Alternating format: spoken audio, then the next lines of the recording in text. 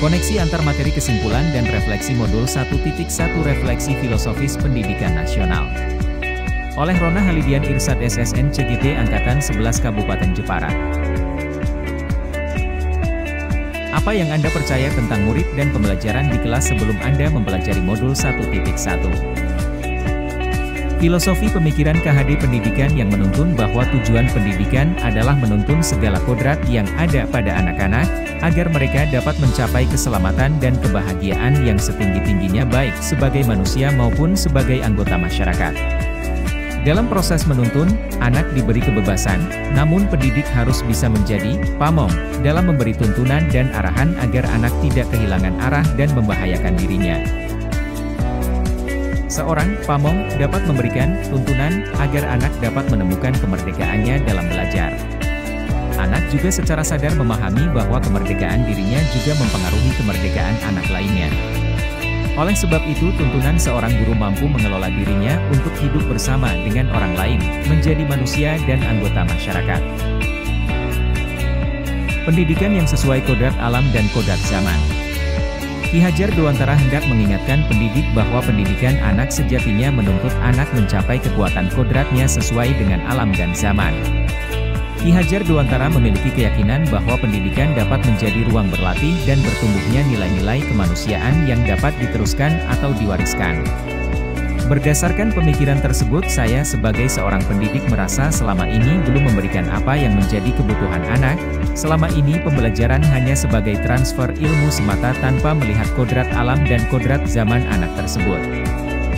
Ki Hajar Dewantara juga mengingatkan para pendidik untuk tetap terbuka dan mengikuti perkembangan zaman yang ada, namun tidak semua yang baru itu baik.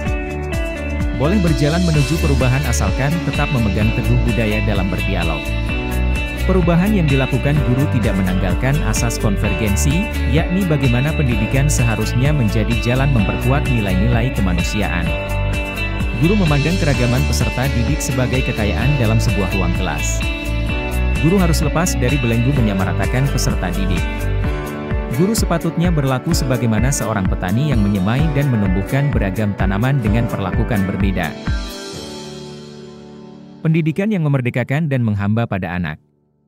Suatu proses pendidikan yang meletakkan unsur kebebasan anak didik untuk mengatur dirinya sendiri, bertumbuh kembang menurut kodratnya secara lahiriah dan batiniah. Pendidikan harus berorientasi pada murid sehingga pendidikan harus berhamba, melayani dengan sepenuh hati, pada anak. Apa yang berubah dari pemikiran atau perilaku Anda setelah mempelajari modul ini?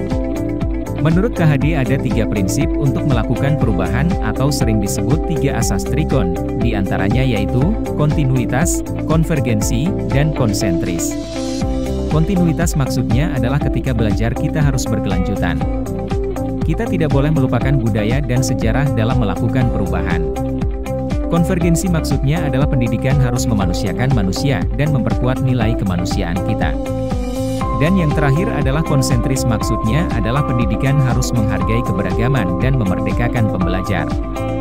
Jadi jelas sekali terlihat bahwa pendidikan itu memerdekakan.